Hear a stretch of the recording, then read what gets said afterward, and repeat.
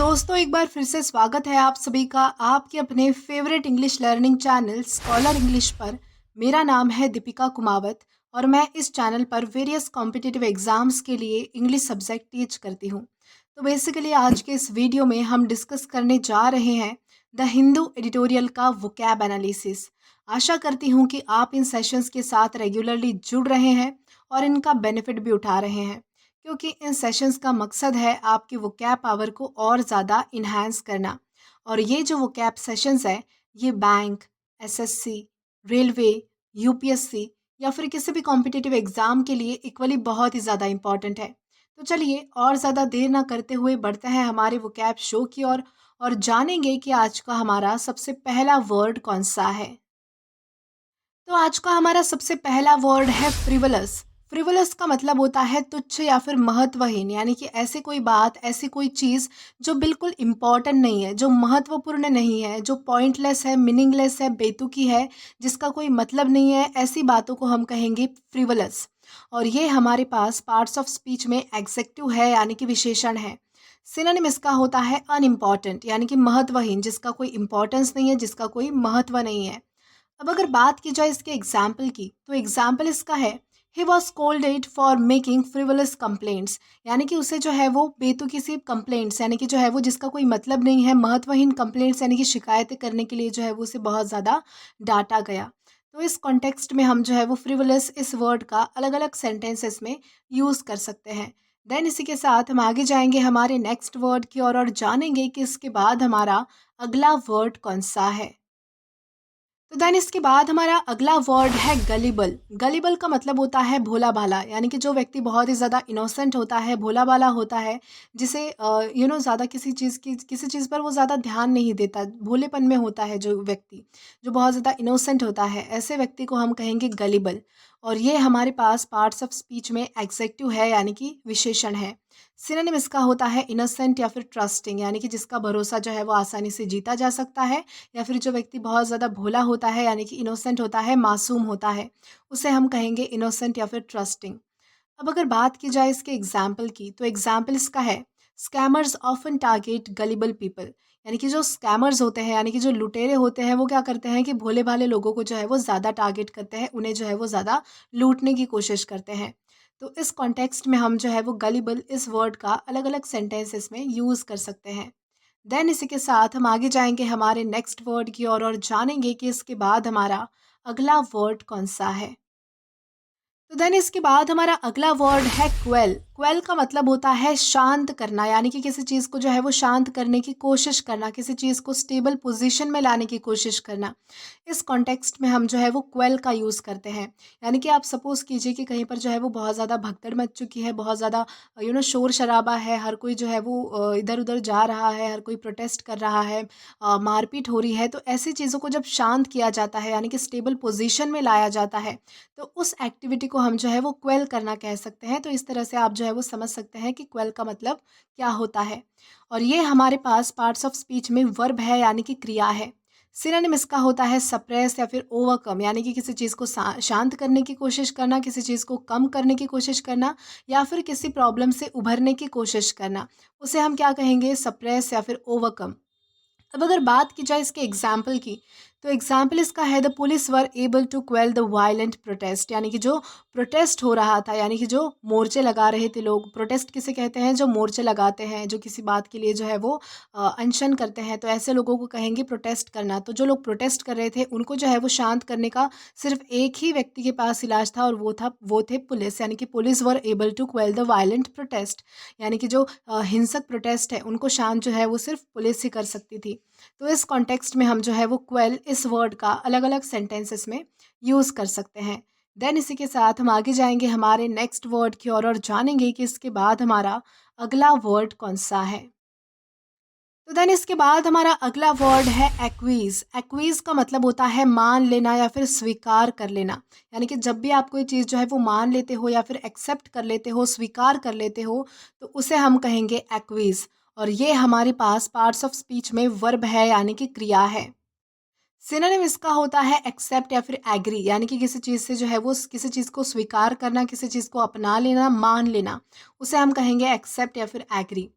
अब अगर बात की जाए इसके एग्जाम्पल की, तो एग्जाम्पल इसका है, he acquiesces to the demands of his parents, यानी कि वो जो है वो अपने पेरेंट्स की डिमांड्स को उसने जो है वो स्वीकार कर लिया, यानी कि मान लिया। तो इस कॉन्टेक्स्ट में हम जो है वो एक्वेज इस वर्ड का अलग अलग सेंटेंसेस में यूज़ कर सकते हैं। देन इसी के साथ हम आगे जाएंगे हमारे नेक्स्ट वर्ड की ओर और जानेंगे कि इसके बाद हमारा अगला वर्ड कौन सा है। तो देन इसके बाद हमारा अगला वर्ड है क्लैंडस्टाइन। क्लैंडस्टाइन का मतलब होता है गुप्त, यानी कि जब भी कोई चीज़ जो है वो छुप के की जाती है, जब भी कोई चीज़ जो है वो सीक्रेट मैनर में की जाती है, यानी कि गुप्त तरीके से की जाती है, तो ऐसी चीज़ को हम क्या कहेंगे, ऐसी चीज़ को हम जो है वो क्लैंडस्टाइन करके डिनोट करेंगे। और ये हमारे पास पार्ट्स ऑफ स्पीच में एग्जेक्टिव है, यानी कि विशेषण है। सिनोनिम इसका होता है सीक्रेट या फिर हिडन, यानी कि कोई चीज़ जो छुपी हुई है, कोई चीज़ जो गुप्त है, ऐसी चीज़ों को हम क्या कहते हैं, सीक्रेट या फिर हिडन, जो कि हमारे क्लैंडस्टाइन का सिनोनिम है। अब अगर बात की जाए इसके एग्जाम्पल की, तो एग्जाम्पल इसका है, दे कंडक्टेड अ क्लैंडस्टाइन मीटिंग, यानी कि उन्होंने जो है वो एक सीक्रेट मीटिंग आयोजित की, यानी कि गुप्त तरीके से, यानी कि छुपके से उन्होंने जो है वो एक मीटिंग आयोजित की। तो इस कॉन्टेक्स्ट में हम जो है वो क्लैंडस्टाइन इस वर्ड का अलग अलग सेंटेंसेस में यूज़ कर सकते हैं। देन इसी के साथ हम आगे जाएंगे हमारे नेक्स्ट वर्ड की ओर और जानेंगे कि इसके बाद हमारा अगला वर्ड कौन सा है। तो देन इसके बाद हमारा अगला वर्ड है जागन। जागन का मतलब होता है तकनीकी भाषा, जो भाषा समझ में ना आए, यानी कि जो आम लोगों के पल्ले ना पड़े, जो उन्हें समझ में ना आए, ऐसी भाषा को हम क्या कहेंगे, जागन कहेंगे। जैसे कि आपने देखा होगा, जो स्पेसिफिक फील्ड में काम करते हैं उनकी जो है वो अलग ही भाषा होती है, यानी कि वो सिर्फ उनके लोगों को ही समझ में आती है। नॉर्मल इंसान उन्हें जो है वो कैप्चर नहीं कर पाता या फिर उनकी बातों को समझ नहीं पाता। तो किसी फील्ड से रिलेटेड कोई लैंग्वेज हो या फिर कोई बात हो, यानी कि कोई अदर लैंग्वेज भी हो सकती है जो कि आपस में कॉन्वर्जेशन के लिए यूज़ होती है। और बेसिकली ये जो तकनीकी भाषा इसीलिए कहा गया है यहाँ पर, क्योंकि ये जो है वो किसी स्पेसिफिक प्रोफेशन से रिलेटेड होती है। तो ऐसी भाषाएं जो नॉर्मल लोगों को समझ ना आए, उनको जो है वो बिल्कुल भी उनके समझ से बाहर हो, ऐसी तकनीकी भाषा को क्या कहेंगे, हम जागन कहेंगे। और ये हमारे पास पार्ट्स ऑफ स्पीच में नाउन है। सिनोनिम इसका होता है टर्मिनोलॉजी या फिर लिंगो, यानी कि कोई भाषा, यानी कि कोई तकनीकी भाषा जो हमारे समझ ना आए। अब अगर बात करें इसके एग्जाम्पल की, तो एग्जाम्पल इसका है, medical jargon is difficult for ले पीपल टू अंडरस्टैंड, यानी कि जो मेडिकल भाषा होती है, जो मेडिकल की भाषा होती है, जो मेडिकल जार्गन होता है, वो जो है वो आम लोगों के लिए जो है वो समझ पाना बहुत ज़्यादा मुश्किल होता है।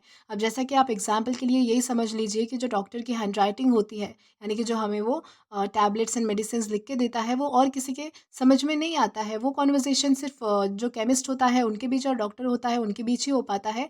तो ऐसी भाषा को हम क्या कह सकते हैं, ऐसी भाषा को हम कह सकते हैं जागन, यानी कि जो स्पेसिफिक प्रोफेशन में यूज़ होती है उसे हम कहेंगे जागन। देन इसी के साथ हम आगे जाएंगे हमारे नेक्स्ट वर्ड की ओर और जानेंगे कि इसके बाद हमारा अगला वर्ड कौन सा है। देन इसके बाद हमारा अगला वर्ड है नेबुलस। नेबुलस का मतलब होता है अस्पष्ट या फिर धुंधला, यानी कि ऐसी कोई चीज़ जो समझ में ना आए, यानी कि जो चीज़ जो है वो अस्पष्ट होती है, जो समझने में थोड़ा डिफिकल्ट होता है, तो उसे हम क्या कहेंगे, नेबुलस कहेंगे। और ये हमारे पास पार्ट्स ऑफ स्पीच में एग्जेक्टिव है, यानी कि विशेषण है। सिनोनिम इसका होता है अनक्लियर या फिर फजी, यानी कि अस्पष्ट या फिर धुंधला। अब अगर बात की जाए इसके एग्जाम्पल की, तो एग्जाम्पल इसका है, his explanation was too nebulous to understand, यानी कि उसका जो एक्सप्लेनेशन है, उसका जो स्पष्टीकरण है, वो समझने में जो है वो बहुत ही ज़्यादा अस्पष्ट है, यानी कि आसानी से समझने लायक नहीं है। तो इस कॉन्टेक्स्ट में हम जो है वो नेबुलस इस वर्ड का अलग अलग सेंटेंसेस में यूज़ कर सकते हैं। देन इसके बाद हमारा अगला वर्ड है एब्स्ट्रूज। एब्स्ट्रूज का मतलब होता है कठिन या फिर जटिल, यानी कि ऐसी चीज़ जो हमें कंफ्यूज करती है, हमारे लिए बहुत ज़्यादा कॉम्प्लेक्स होती है समझने में, जो हमें कंफ्यूज कर देती है एक तरीके से, जिसे समझना आसान नहीं होता। तो ऐसी चीज़ों को हम क्या कहेंगे, एब्स्ट्रूज कहेंगे। और ये हमारे पास पार्ट्स ऑफ स्पीच में एग्जेक्टिव है, यानी कि विशेषण है। सिनोनिम इसका होता है ऑब्सक्योर या फिर कॉम्प्लेक्स, यानी कि कोई चीज़ जटिल होना, कोई चीज़ कठिन होना या फिर कोई चीज़ कंफ्यूज करने वाली होना, उसे हम कहेंगे ऑब्सक्योर या फिर कॉम्प्लेक्स। अब अगर बात की जाए इसके एग्जाम्पल की, तो एग्जाम्पल इसका है, the professor's lecture was too abstruse for beginners, यानी कि जो प्रोफेसर का लेक्चर है, वो जो बिगिनर्स है उनके लिए बहुत ही ज़्यादा कठिन था या फिर जटिल था, यानी कि कंफ्यूज करने वाला था, कॉम्प्लेक्स था। तो इस कॉन्टेक्स्ट में हम जो है वो एब्स्ट्रूस इस वर्ड का अलग अलग सेंटेंसेस में यूज़ कर पाएंगे। देन इसी के साथ हम आगे जाएंगे हमारे नेक्स्ट वर्ड की और, और, जानेंगे कि इसके बाद हमारा अगला वर्ड कौन सा है। तो देन इसके बाद हमारा अगला वर्ड है डेफरेंस। डेफरेंस का मतलब होता है सम्मान या फिर आदर। यानी कि जब भी आप किसी सामने वाले व्यक्ति को जो है वो रिस्पेक्टफुल तरीके से जो है वो उसका आदर करते हो या फिर उसको जो है वो उसकी सम्मान प्रोवाइड करते हो, तो ऐसे उस सम्मान को या फिर उस आदर को हम क्या कहेंगे, उसे हम कहेंगे डेफरेंस। और ये हमारे पास पार्ट्स ऑफ स्पीच में नाउन है। सिनोनिम इसका होता है रिस्पेक्ट या फिर ऑनर, यानी कि सम्मान या फिर आदर करना किसी व्यक्ति का।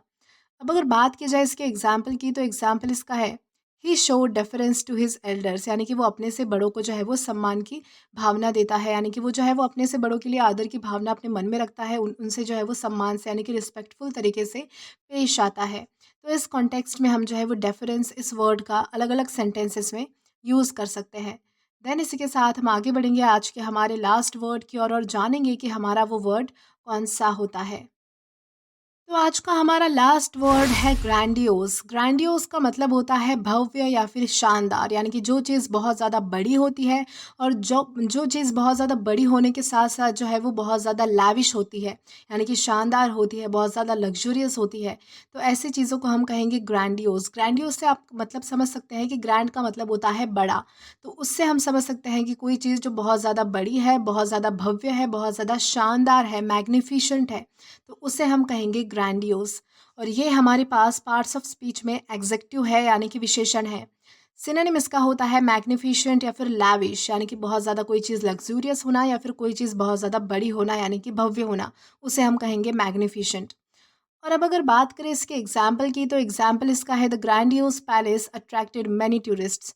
यानी कि जो ग्रैंडियोस यानी कि एक बहुत बड़ा भव्य और शानदार जो पैलेस था, उसने क्या किया कि बहुत सारे पर्यटकों को यानी कि बहुत सारे टूरिस्ट लोगों को जो है वो अट्रैक्ट किया। तो इस कॉन्टेक्स्ट में हम जो है वो ग्रैंडियोस इस वर्ड का अलग अलग सेंटेंसेस में यूज़ कर सकते हैं। तो दोस्तों आज के लिए बस इतना ही। आज की इस क्लास का पीडीएफ आप हमारे टेलीग्राम चैनल के थ्रू एक्सेस कर सकते हैं।